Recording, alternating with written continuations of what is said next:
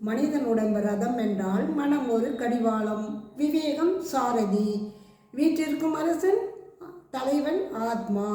சரி, ரதத்தை இழுத்து செல்வது இந்திரியங்கள் என்ற குதிரைகள், பாதை நுகர்ச்சி பொருள்.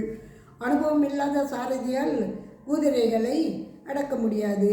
மன உறுதியும் அறிவும் தெளிந்த அறிவும் இல்லாவிடில் இந்திரியங்களை செயல்படுத்த முடியாது.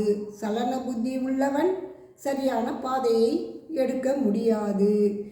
மனம் இந்திரியங்கள் மேலானது, மனதை விட மேலானது புத்தியை விட மேலானது ஆத்மா என்று புரிந்து கொள்ள வேண்டும். ஒரு ஞானம் உள்ளவர்கள் தங்கள் வாழ்க்கையை மனதில் ஒடுக்கி, மனதை புத்தியில் ஒடுக்கி, புத்தியை ஆத்மாவில் ஒடுக்குகிறார்கள். ஒரு கதை சொல்லட்டுமா?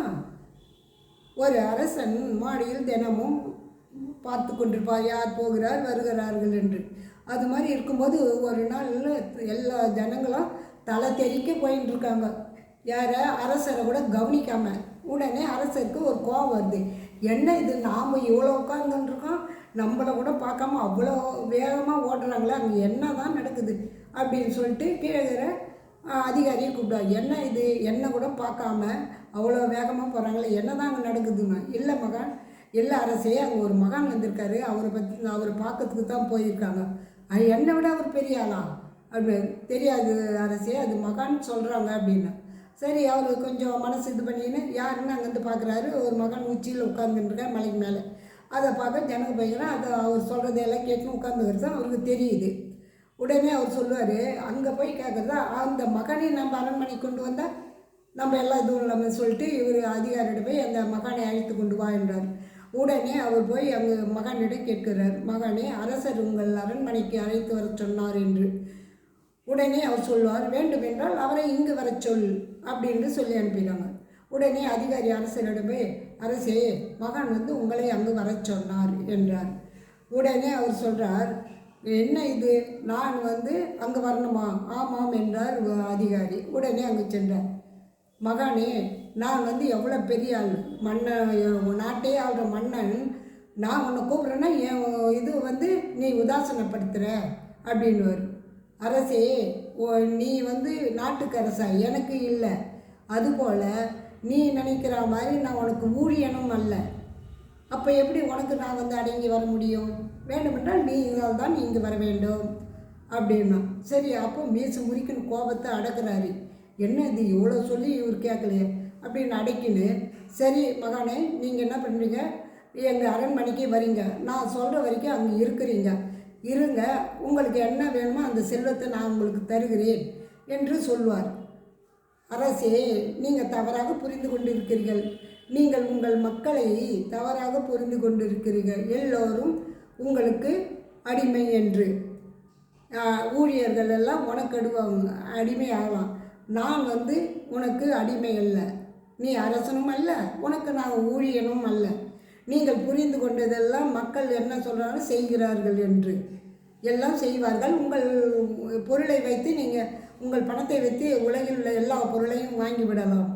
ஆனால் ஒரு மனிதனின் ஆத்மாவை உன்னால் வாங்க முடியுமா என்று கேட்டார் முனிவர்.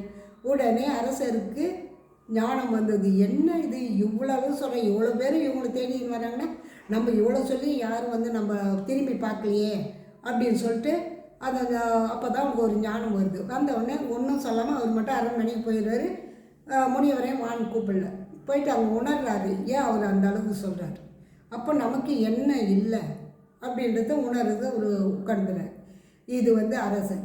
அதே மனிதர் தான் நம்ம என்னன்றான், அரசர் மாதிரி எல்லாம் எனக்கு இருக்குது, நான் சொல்கிறது தான் கேட்கணும், எல்லோரும் எனக்கு அடிமை. ஏன்னா அந்த நான் என்ற அகங்காரம், அதில் பணம் இருக்குது, என்ன கூப்பிட்ட குரலுக்கு ஆள் இருக்குது, அதனால் அந்த கூட்டுக்குள்ளேக்கிறார்.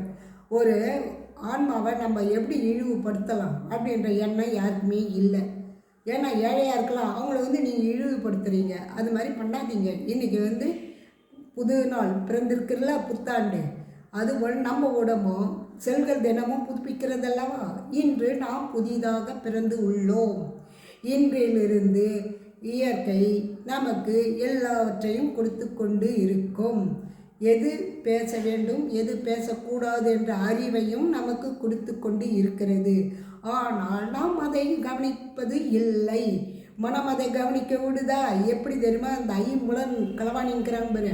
மனம் இந்த களவாணி கூட சேர்ந்து நீ இதை பேசு, நீ இதை செய் அப்படின்னு அது கட்டளை எழுது. அந்த ஐம்புலனும் அதுக்கேற்ற மாதிரி சரி கண்ணு பார்க்குது. பார்த்த உடனே என்ன சொல்லுது? அவங்கள இதை பேச சொல்லி மனசு தூண்டி விடுது.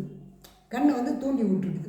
உடனே அவங்க என்ன சொல்கிறாங்க? பணக்காரர் வந்துக்கிறாங்களா, அவங்களுக்கு ஒரு மரியாதை. ஏழைங்கிற ஏன் எதுக்கு வந்த, வேலையை பாரு, அவங்க வந்து போன பிறகு வா அப்படின்றாங்க. அது எது? இந்த கடிவாளத்து கூட கண், காது, மூக்கு இதனோட கேட்டு தானே அது ஆடுது. அதை கூட இல்லாமல் நீங்கள் அந்த மனதை அடக்குங்க. உங்களால் அடக்க முடியும். சாரதி எப்படி குதிரையை அடக்கிறார்? அதே மாதிரி இந்த தெளிவான அறிவோ உள்ளவன் மனதை எப்படி மனதை எப்படி அடக்குறான்றது பார்க்கலாமா? முதல் தியானம் பண்ணலாம். ஐயா எனக்கு தியானம் தெரியாது அப்படின்றீங்களா? அதுக்கும் சொல்கிறேன். ஒன்றும் இல்லை, நீங்கள் எழுந்த உடனே கண்ணை திறக்காமல் ஒரு 10 நிமிஷம் உட்காருங்க. இறைவா, இன்னைக்கு எனக்கு எழுந்து உட்காரும் திறமையும் வலுவையும் என் கண், காது, மூக்கு எல்லாம் நன்றாக இருப்பதற்கு உதவி செய்த உனக்கும் நன்றி. நான் இன்றிலிருந்து புதிதாக பிறந்துள்ளேன்.